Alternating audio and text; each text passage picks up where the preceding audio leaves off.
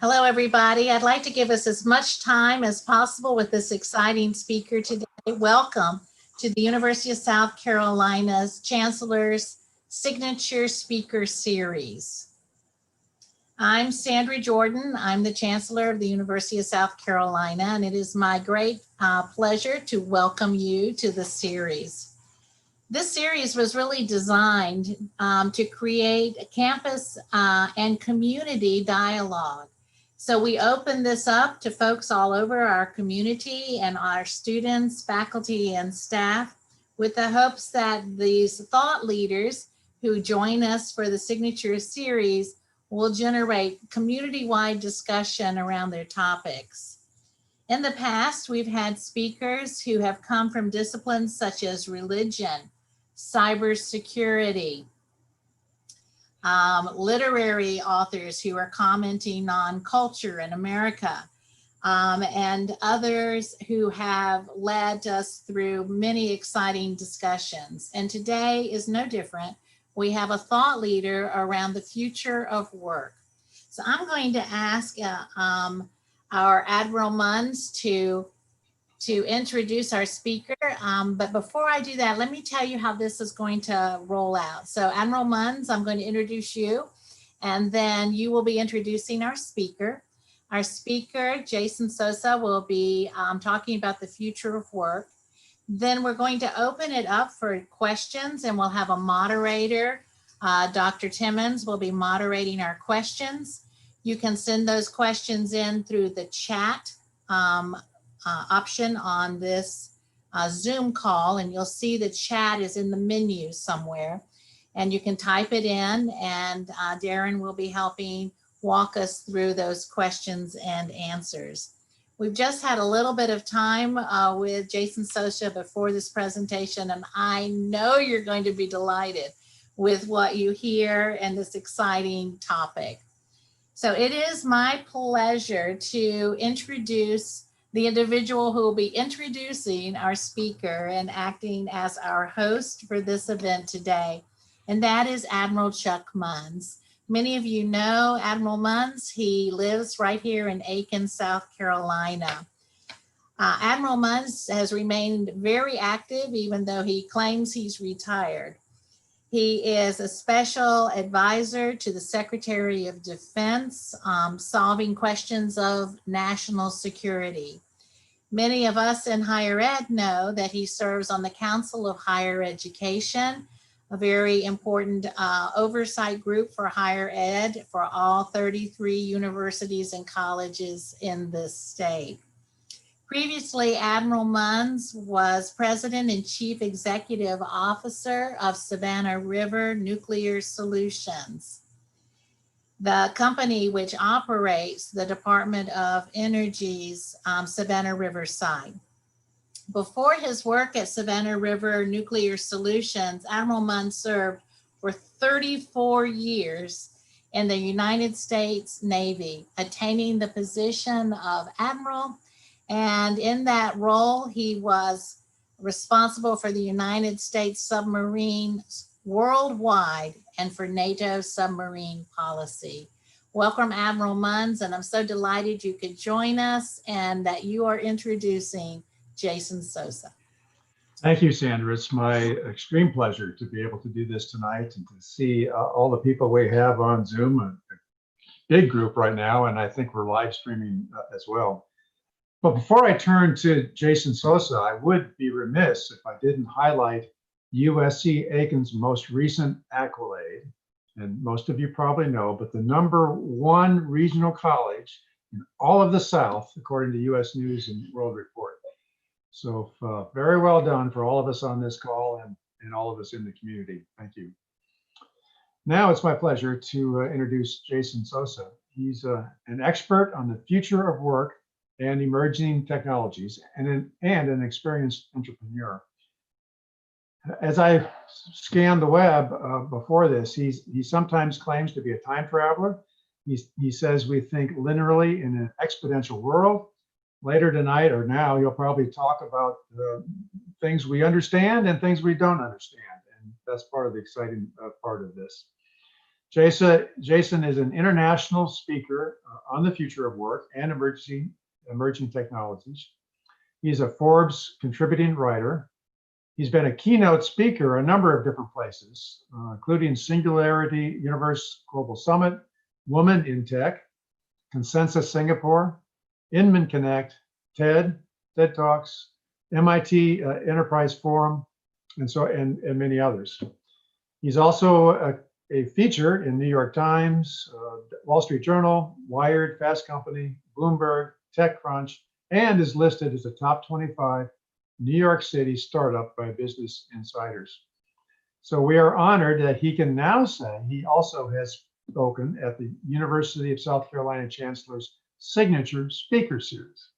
So please welcome to the virtual stage, Mr. Jason Sosa.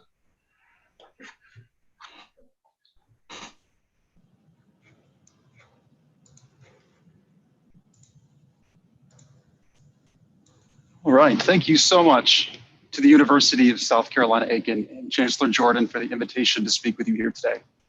So my name is Jason Sosa, and over the last 15 years, I've had the privilege of working on some cutting edge technologies, from emotion recognition, it's full screen for you here, there we go, from emotion recognition to VR headsets and 3D body scanners. And before COVID, there were many trends that were pointing to a radical disruption in the way that we live, work, and play. And even more so now after COVID. So today, I'm going to share some unique insights and distinctions around the mindset for work and learning in a post-COVID future. Now, my friend Gary Bowles is the chair of the Future of Work for Singularity University. And he calls this era of uncertainty the Great Reset. So it's important to remember that we've had these kinds of resets before. So they've come through wars, they come through economic downturns, and yes, they come through global pandemics. And they cause us to do things fundamentally differently, and they leave long-lasting changes.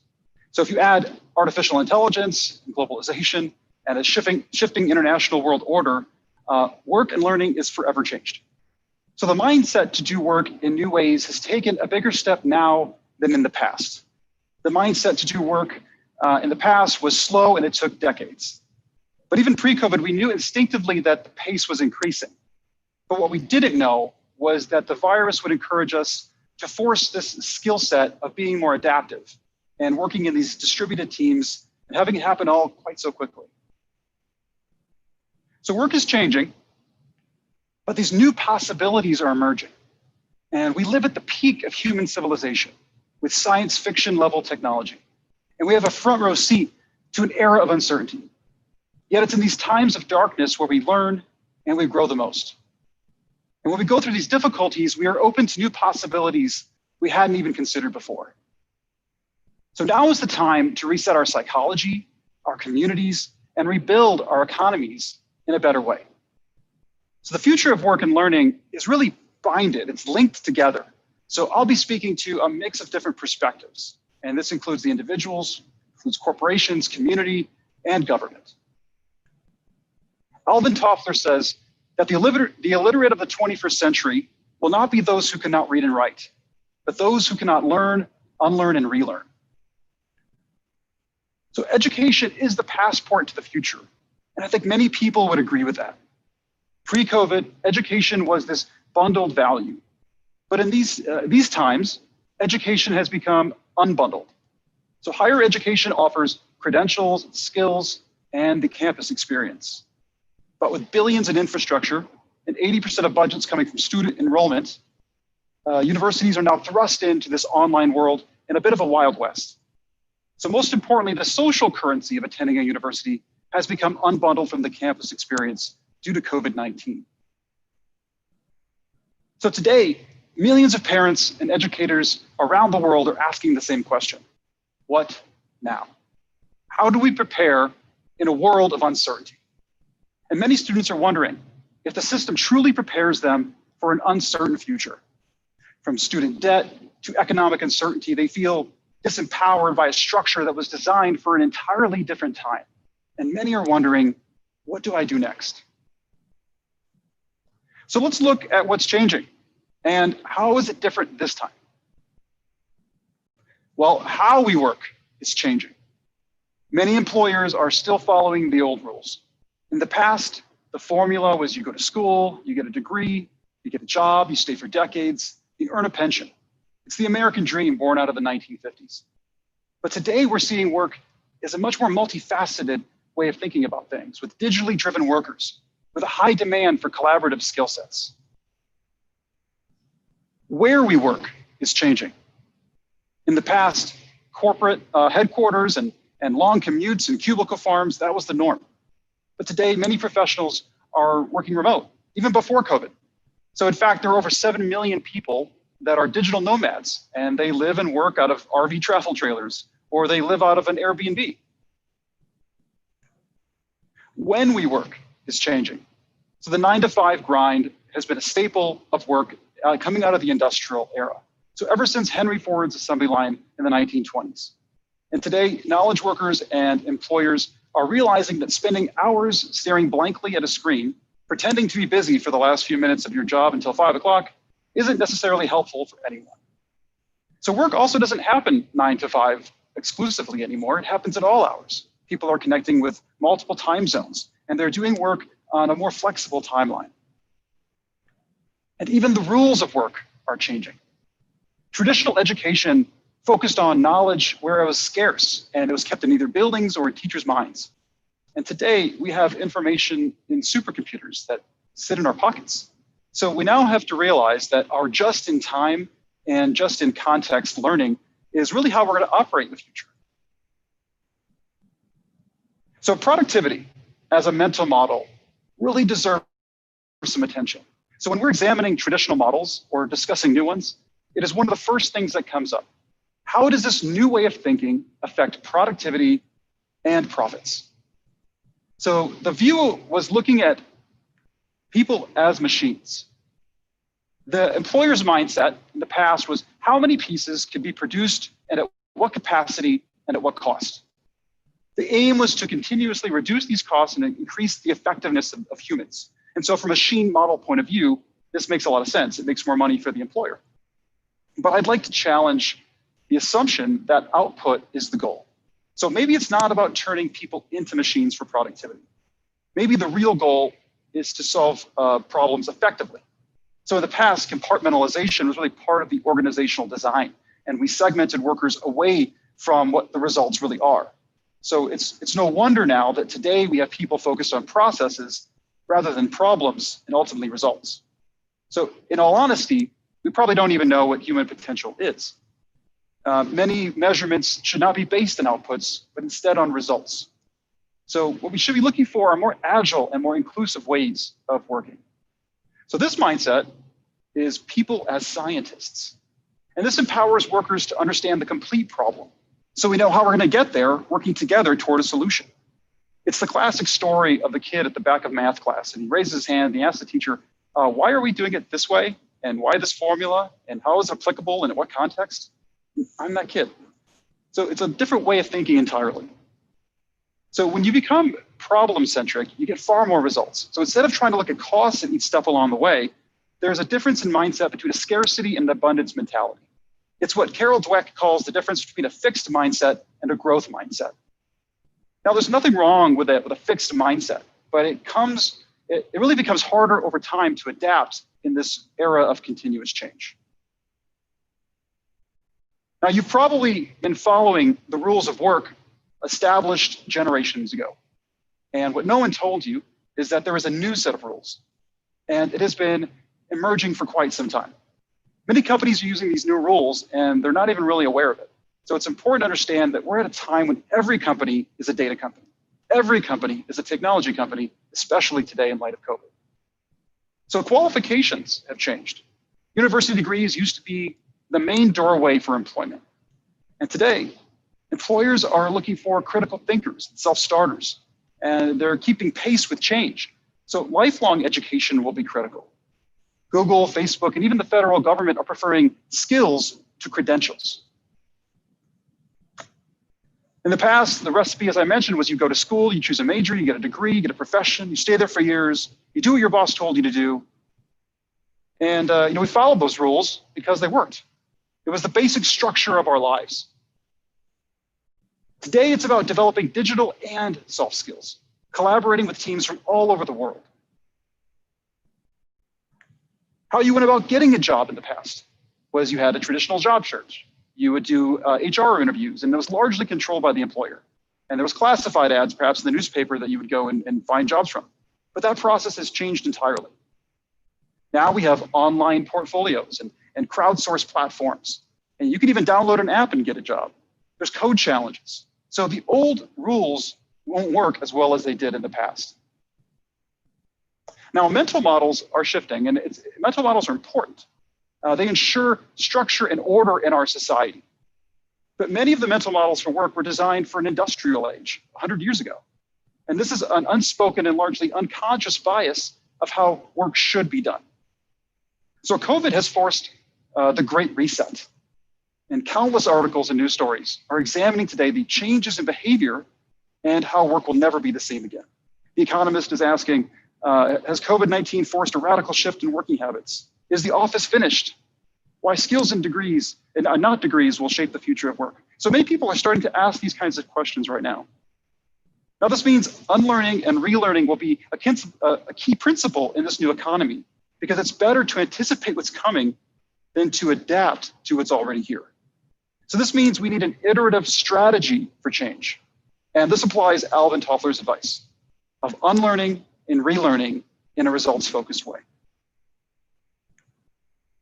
So understanding the future of work is as much a cultural issue as it is a technology or economic issue. And when people say the future of work, what they're really pointing to is present-day concerns that are projected into the future. People that are caught by surprise are forced to adapt. So don't just adapt to change. Learn to anticipate change. Be ready, because continuous change is the real new normal. The shift to the digital economy is as consequential today as the shift from the agricultural age to the industrial era. Now, this chart here shows how work has changed since 1850.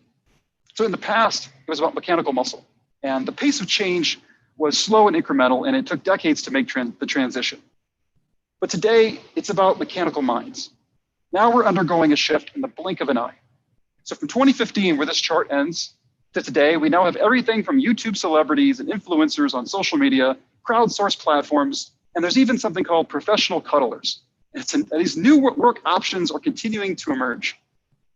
So much of the world's potential of where we're going in the future is actually a bit slowed. And that's because deep down, all of the world's modern infrastructure is built on these foundations that were really created during the 1970s and 80s, when the computer power and the data storage was incredibly expensive. And today, what we're doing is finally beginning to rethink and rebuild our foundations.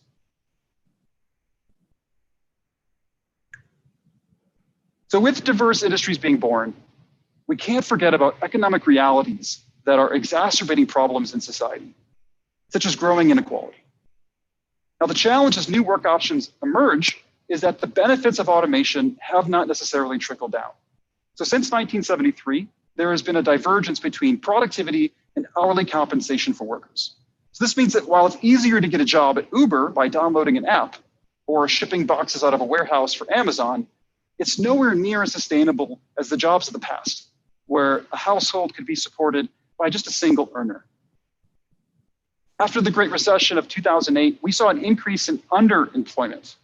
And underemployment is where people are paid less. Many want to work full-time, but they aren't able to. And it's likely that we'll see a similar trend emerge during this time period as well. According to a 2016 survey, more than half of American workers felt they were underemployed.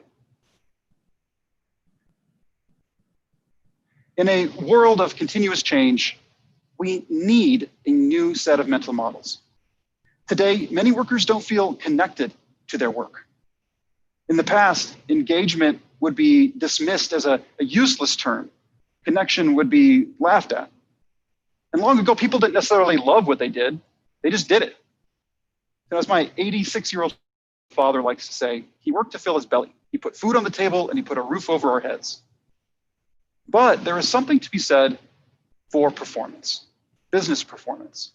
And there's plenty of research pointing to the connection between engaged workers and business performance. Companies with more engaged workers, they're more productive, they're more profitable, they have greater connections to their customers. Companies that with disengaged workers, they have a harder time retaining talent, growing, having the greater revenues. So COVID-19 has also blended the personal and professional windows into our colleagues' homes. What we're seeing is humanity brought into the workplace, where we used to have these professional facades, and it humanizes our colleagues. Work is adjusting to these things as we become more aware of our coworkers' living rooms. There's dogs barking, children popping in from time to time, and it sometimes makes for some really memorable memories. According to a Gallup survey, 70% of workers feel disengaged on a day-to-day basis. 89% of employers think that people leave for more money, when actually only 12% do. And they leave usually because of management. And only 3 out of 10 say they're satisfied at work today. Now, we've seen a big shift over the last few years where people have been incorporating things like nice beanbags or better ping pong tables, or maybe snacks that are by the cafeteria in the office. And those are all fantastic. But one of the things that I think are more important, especially as we enter this new age, it's going to be more about intrinsic motivation. Why do you get up early? Why do you stay up late? And that makes all the difference in the world. And what are these types of workers looking for? Top talent wants freedom. They want flexibility in their work, the ability to pursue their intrinsic motivations. They want a sustainable, better world, and they want to work from anywhere that makes sense, because work is flexible. Harvard Business Review describes work in 4 different kinds of ways, and along these technological empowerment axes on the x-axis and democratization on the y. Now, the current state is where we are today. So we have full-time employment with variations, contract, part-time, flexible work, but still pretty traditional delivery. We have manpower and some of these other placement agencies. And that's in the bottom left-hand corner. So that's low democratization and low technological empowerment. Now, further down the technological continuum here, we have today, but turbocharged.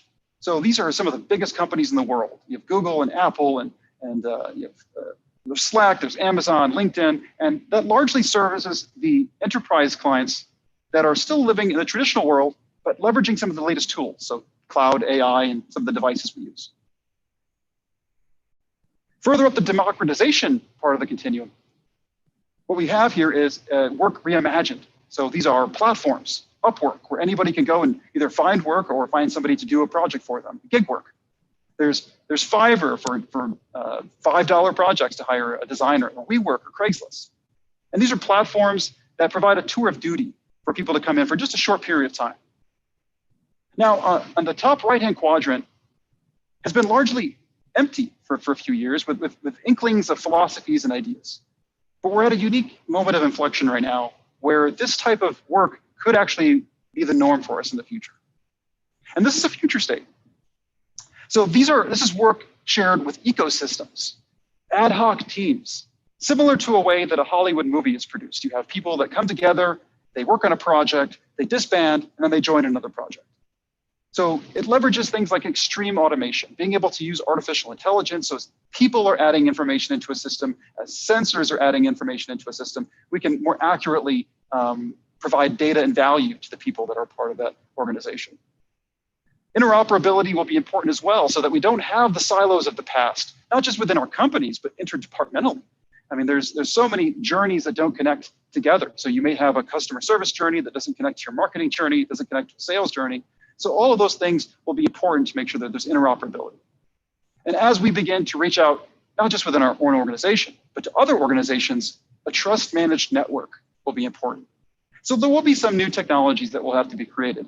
But as I mentioned earlier, it's a cultural shift. It's a mindset shift. And that's where the biggest challenge will be. So for some, pivoting to a digital entrepreneur may be a valid path. In the past, some amazing companies have come out of really challenging times. And you just look at the impact of the times that we live in today. I mean, there's significant changes that we're seeing to customer behavior across a number of sectors.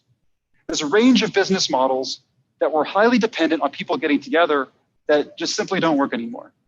So maybe these models could live online. Ask yourself the question, what industries are most highly impacted right now? And there are always opportunities in resets to look at players and how they interact, and look at the seams between them. Look at how to enable connection from one group to another. And in every reset of the past, that's where the opportunities have been. So for individuals looking to the entrepreneurial path, and they want to venture out on their own, and they're looking at all the myriad of opportunities, one of the pressing questions that is often asked to me is, how do I get started? Or how do I even know what I want to do? Well, there's everything from e-commerce stores and consulting to dog walking. And it's great to be, it's hard to be great at many things, but it's surprisingly easy to be a master at one thing. Many people are discovering that they have a value to offer in the form of advice or special knowledge, and that will help solve a problem for somebody else. However, the process of selecting a niche can be a challenge. And there's a niche selection guidebook I've created for those interested in diving more into this. Now, one of the greatest realizations of our day is that there is no right or wrong path. So for some, traditional education is the right path. For others, they may be more entrepreneurial. In either case, the way we learn needs to shift from a cognitive understanding to a nervous system level understanding. And a nervous system level understanding isn't just a comprehension of facts, but a knowing within your entire body. It really means it's about leaving the building. It's about applying learning to the real world outside of the theoretical realm in order to get feedback. Now, learning through challenges teaches us more. It's the difference when it's your money on the line, or your time, or maybe your neck on the line. And there really is no compression algorithm for experience. There's a greater growth trajectory by taking risks, which is why it makes you more resilient when there's disruptive change. So, what if we could wave a magic wand and have all the right mixes of things that we would need to solve the problems of work and learning in a post-COVID future? What would that look like? So if I'm waving my magic wand, individuals perhaps would be empowered to understand the unique skills and strengths that they bring to bear. For communities, they'd be optimized to help workers to stay relevant with modern skill sets. Maybe guild-like collectives could emerge as independent freelancers work together. In fact, these kinds of workers generate 5 times greater economic impact into their communities, bringing new dollars in. And they're much easier to acquire in an economic development perspective than trying to recruit a 300-employee light bulb factory into your community today. So maybe there's a way to enhance or incentivize some of these workers to join the community. Revamped and human-centric education systems that are built on intrinsic motivation to help develop digital and soft skills for tomorrow. For corporations, a lot of it's around diverse hiring practices, and not just for immigrants, but those with autism, handicap, or mothers that have been out of work for a long time. And there's plenty of talent that is out there, but it's dormant because we have to be able to see beyond the veil that has been presented to us in the past. Now, government, this is interesting. So with my magic wand, government is now magically and enormously effective at streamlining processes and being able to help individuals understand their own skills, strengths, and weaknesses. So now imagine we have this optimization machine for connecting workers to solve problems. So we're far better at solving these problems, with less challenges in finding talent, reduced infrastructure cost, and we can help existing workers find the work that they need. And the whole engine just works better. But the future of work faces challenges. So there's an urgent need for us to adapt over the long term for future generations. The sustainability of our resources, the technology we use, how it affects our psychology, and the very world that we want to create. So as we look in the future, we'll probably see a greater changing relationship between the employer and the employee. So despite access to a global talent pool and a gig economy, talent yet still remains scarce, especially in the professional knowledge world. And as workers become more accustomed to working remote, the relationship between employers and employees will shift. Now, it'll either shift toward a draconian surveillance where key logs are managed and your screen is captured and there's a web camera on and a sensor in your seat. or it'll become more results-oriented in mindset, where workers are trusted. And it's a culture of inclusion and being able to focus on the results. Now, demographics are also shifting. Today, there are 10,000 baby boomers retiring every day. And there's also a shift in the millennial worker mindset and their desire for a greater fulfillment in what they're trying to accomplish in work. Social responsibility will also be front and center.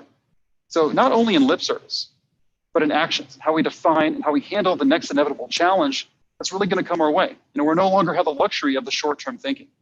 There's a growing understanding that we're the ones that we've been waiting for.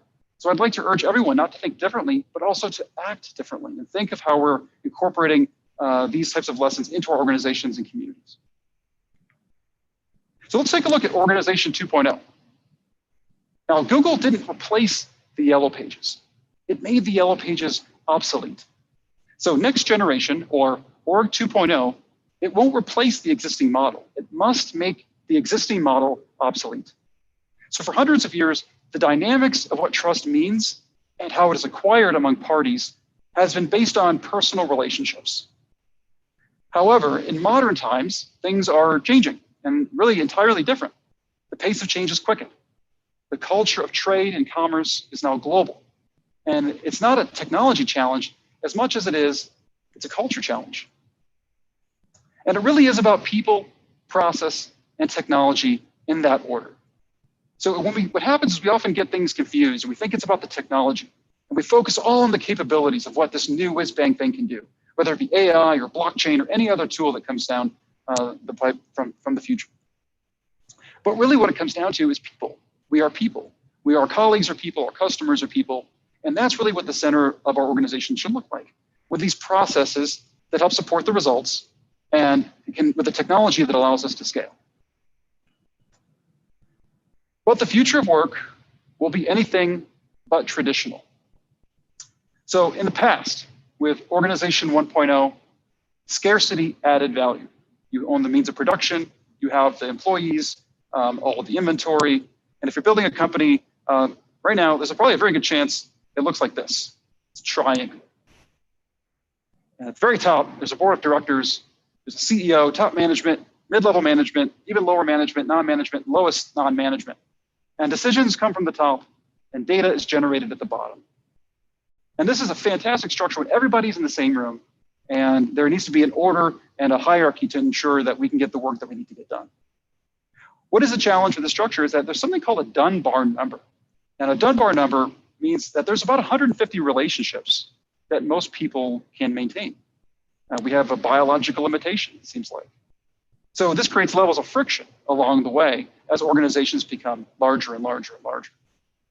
So what would a next generation structure look like if we're not necessarily located in one location?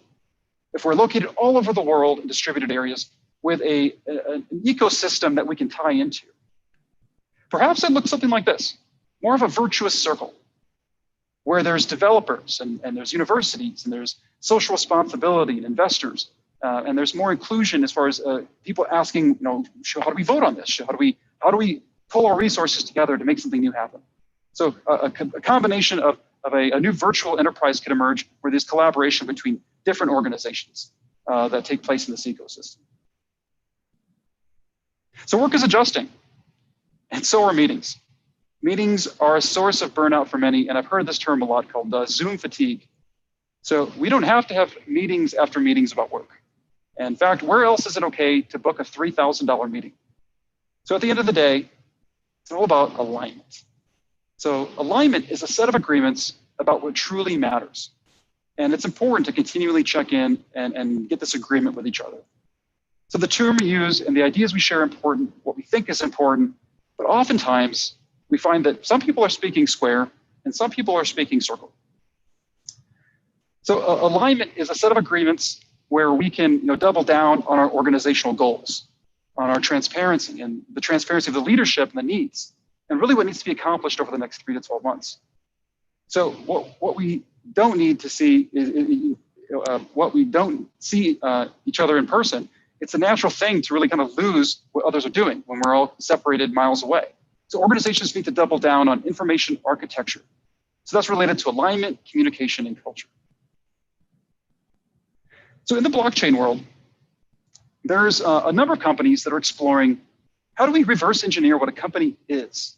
And there's this idea of something called a decentralized autonomous organization and a few experiments around this that have been tried.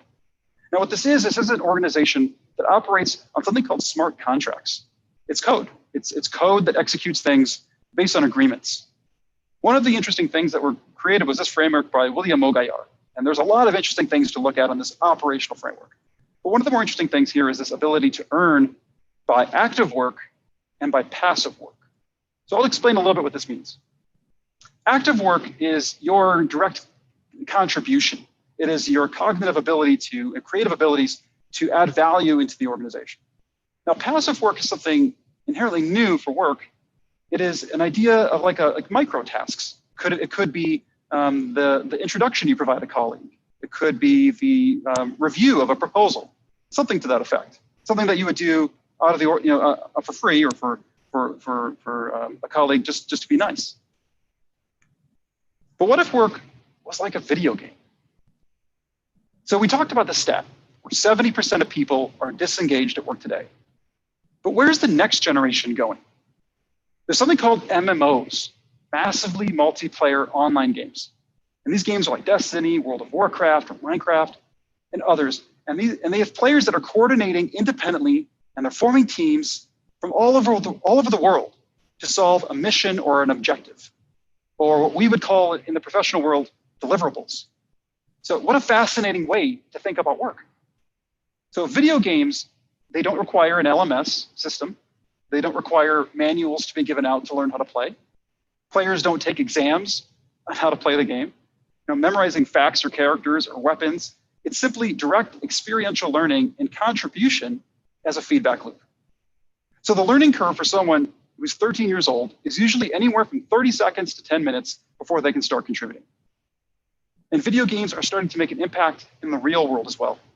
So video games, there's a video game that helps people that are suffering through dementia. So currently 45 million people are suffering. And knowing where to direct the research requires a lot of data.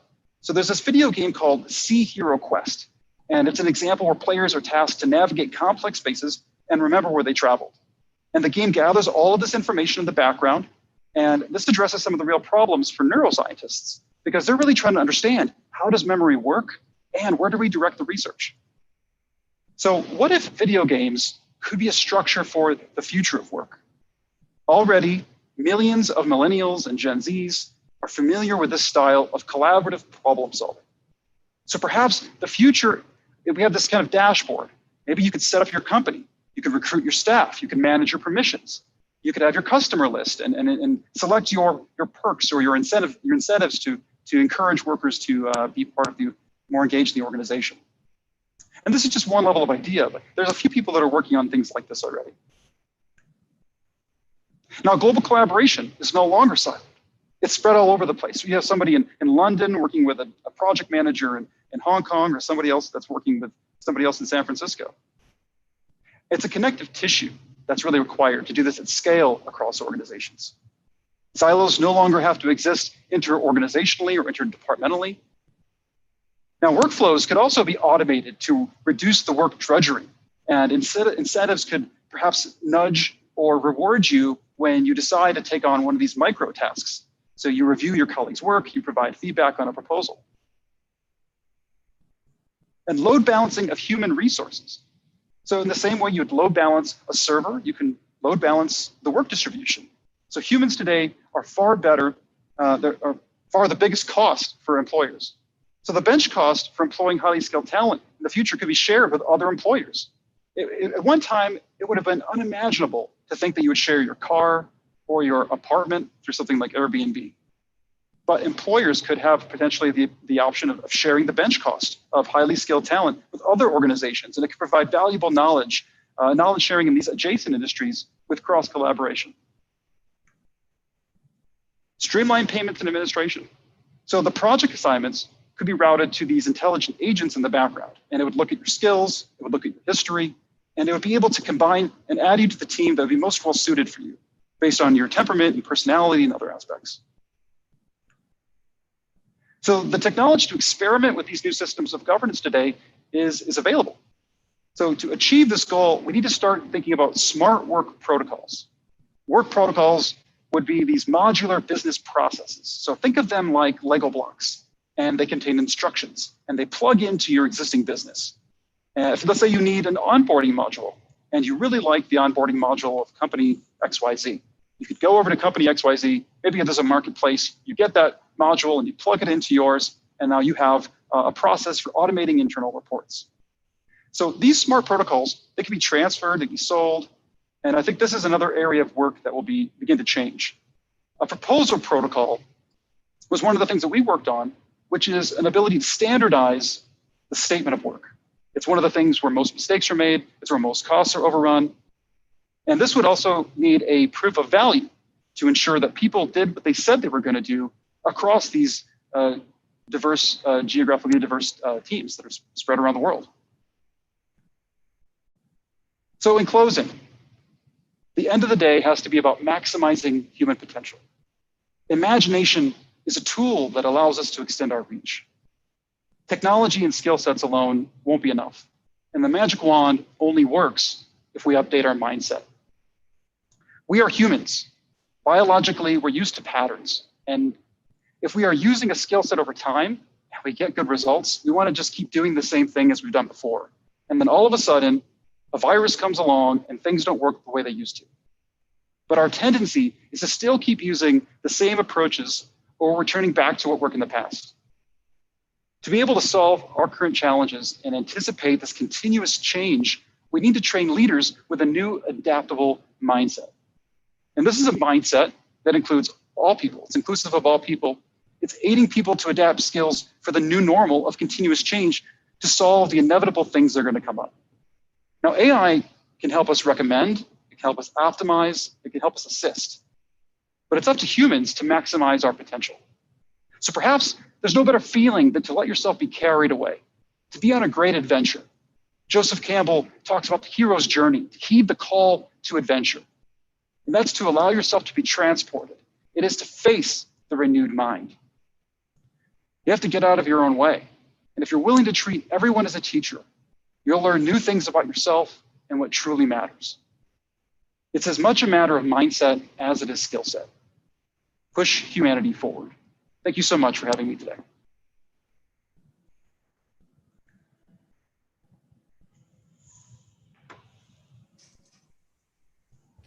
Jason, thank you so much. I want to make sure that Darren is coming on. Is that right? I think I'm on, trying to be on. Hi, everyone. It's Darren Timmons. I'm the provost here at USC Aiken.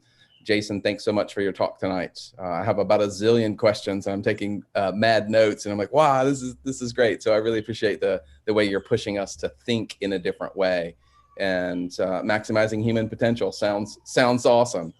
We have a couple of questions that are popping up in the chat, and I think Chuck Munns has a question related to university life and degrees, and I am curious in general if you think about USC Aiken, as you've gotten to know us just a little bit here, in which ways you might want to challenge us or push us in something specific. But let me get you to Chuck's question in general, the idea of degrees versus skills. Everything you said about a connection to work, anticipate change, results matter, all makes sense. But aren't the skills needed for those items still all based on the understanding needed to understand a discipline? So you need knowledge of physics, medicine, law, art, etc., and the knowledge that comes from a degree. Are you saying new skills are needed, needing to unlearn and relearn, but to do it all on top of a scientific, technical, professional competence? In other words, need skills on top of the degree? Do we still need the degree? You already said that the answer is not the same for each person and each circumstance, but what do you want to say to us about all of that? Yeah, excellent question. I mean, there's certainly areas where degrees matter. I mean, I would want somebody operating on me or my father or someone else to have a degree. I think there's certain professions where absolutely it makes sense.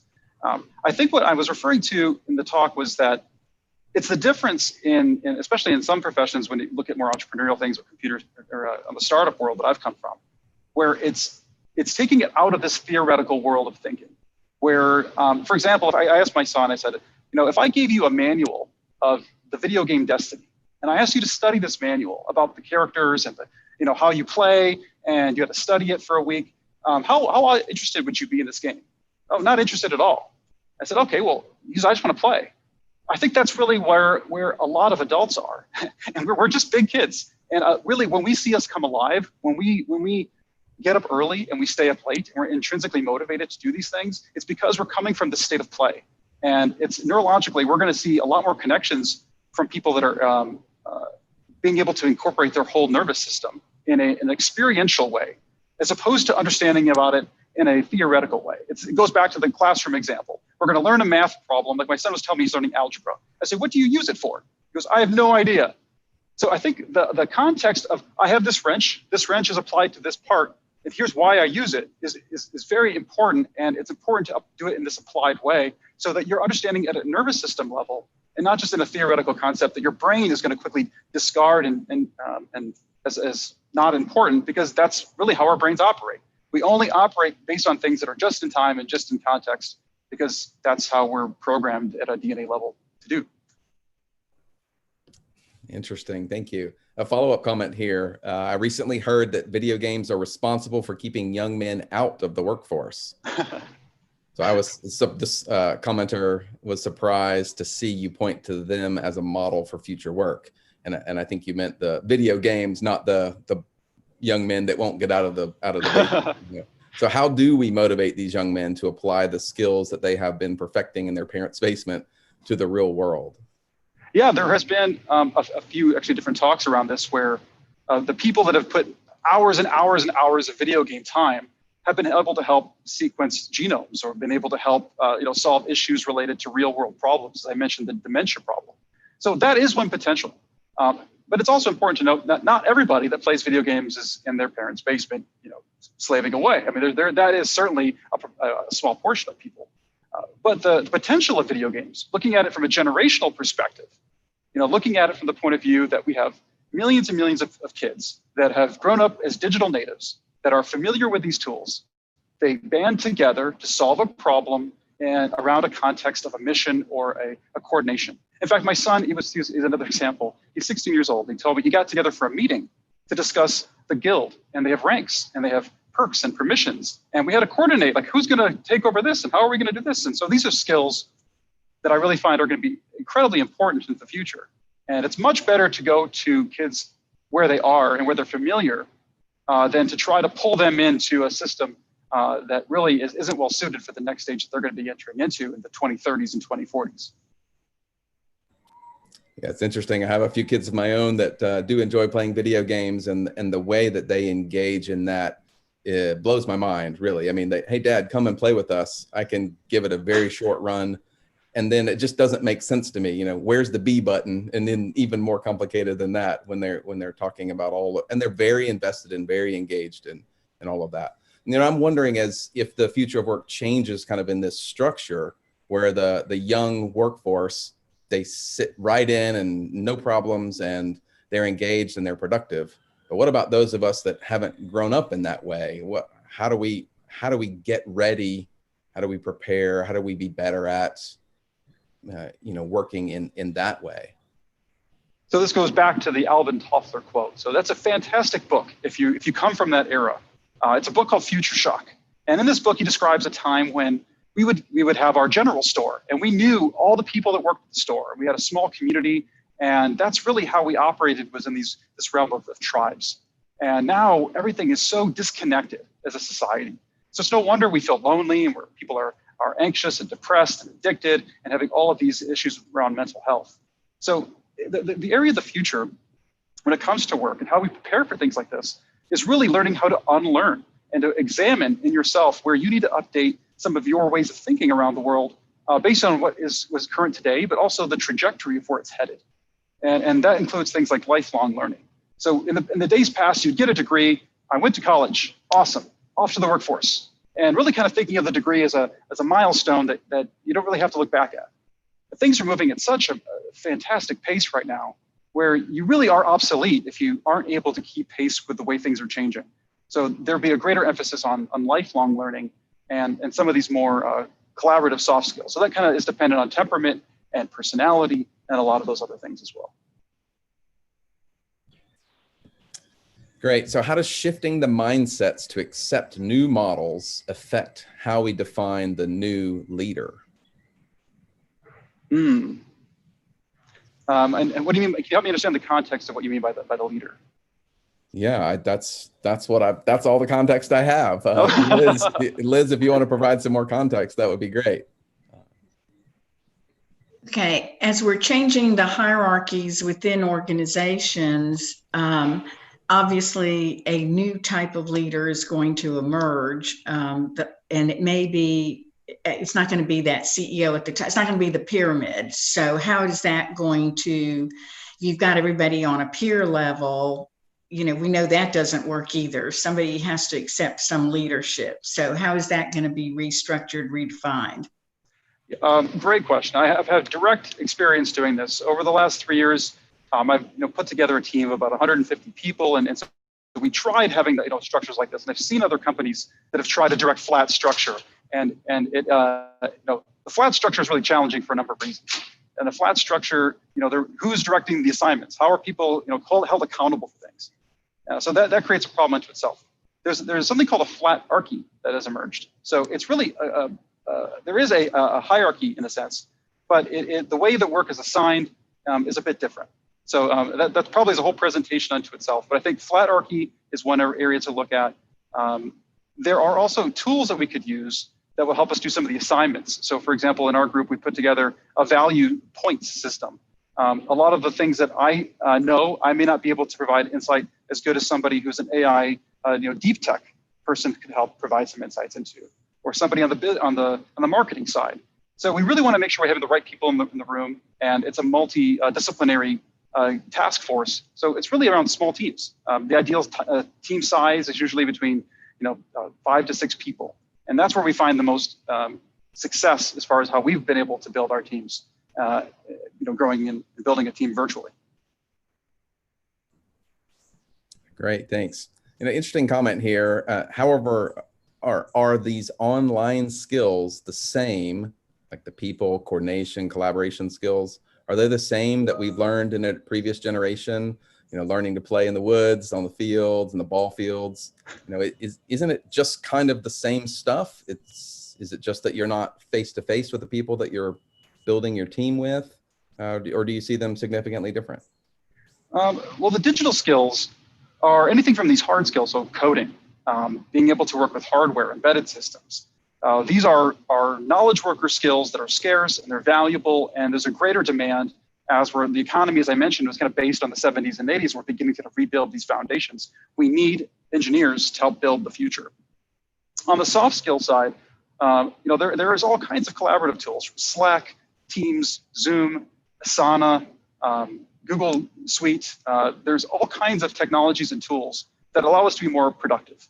And so to the degree that everyone is caught up, and I think students by and large are pretty caught up because they use these kinds of tools every day, it's going to be really important as we're working with teams in London and in San Francisco and places all over the world. So it is a bit about understanding the collaborative context, but it's also important to understand the cultural context. So if you're working with somebody in Singapore and they're in the 12-hour time zone difference, how do they work? How is their culture different than ours? So it is a bit a widening of your mind around work as opposed to just the person down the street to really the person around the world. Yeah, thank you. All right, I have a question from one of our college students.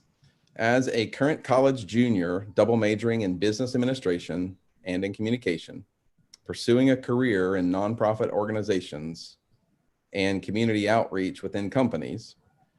So given all that context, you got that? I got that, yeah. What specific advice do you have for current university students facing so much uncertainty as the world transitions from the old way to this new or 2.0? Yeah, no, excellent. I would give the advice of be bold, because it's very easy to shy away and hide your light. Whoever you are, you have these amazing skills, you have these amazing abilities. It could be in how you interact with people. It could be your sense of empathy. Be bold. The rewards for being bold are exponentially greater than for hiding and shying away. your career, the chances you take in life, you think they're big risks, but they're probably not in the context of the world we live in today. So be bold. There really is no reason not to be now. And I think that's probably the greatest advice that I can give somebody now thinking about some of these things. That's great. Thank you. A couple of more here, and I think we're nearing our time. We have a one income family has not been a sustainable model for a while. There's an assertion here. With rising childcare costs, at what point does this system collapse? Oh my goodness. Wow. There's a lot of concerns I have around economics, especially when it comes to inequality and the sustainability of the real economy outside of Wall Street. The ability for people to go to work, to have certainty, and the mental health effects that some of these challenges bring to bear to the children and future generations. So there is a lot of challenges that when it comes to this, and this is really where it goes back to the mindset within corporations around social responsibility, the mindset around government and policymakers around how they think through what work is. And it no longer is really about the mandate for the 3 to 5% unemployment rate in order to put bodies into a room in order to meet that mandate. It really has to come from another place. So this is the shift that occurs in education to prepare students for a world of real skills. I've talked to a number of employers that tell me that the amount of remedial training that's needed for students coming out of university is quite high within some of these corporations because they're just not simply ready for the skill sets that are being demanded. So it really comes down to maximizing human potential. The end of my talk, which is about results, not just on output. And I think that's a big mind shift for many people to realize, especially in these days. Yeah, thank you. So as each individual in the workforce becomes more efficient and the same amount of work is being accomplished with less workers, the workforce theoretically could shrink, right? This is the question. So what about those that are left behind? What are your thoughts on a universal basic income? That's a big one for sure. There are quite a bit of benefits, I think, on the universal basic income. There's still some research that's being conducted to kind of see what that looks like. I think some of the early things have been promising. One concern I do have around universal basic income is that it allows corporations to kind of advocate their responsibility or incorporate or to consider the universal basic income as a factor when providing salary to employers. So just as in the past, you could have hired a high school graduate for a task. Well, let's make that a college graduate. So now we get a college graduate for the same price as a high school graduate. So if you take that into account for universal basic income, well, we could pay you this much money, but since we know you're getting a $2,000 stipend every month, we're going to give you this much money instead. So it just shifts the responsibility into the government rather than really having accountability within the organization. So one of the greatest things I think is probably missing is the democratization of the enterprise.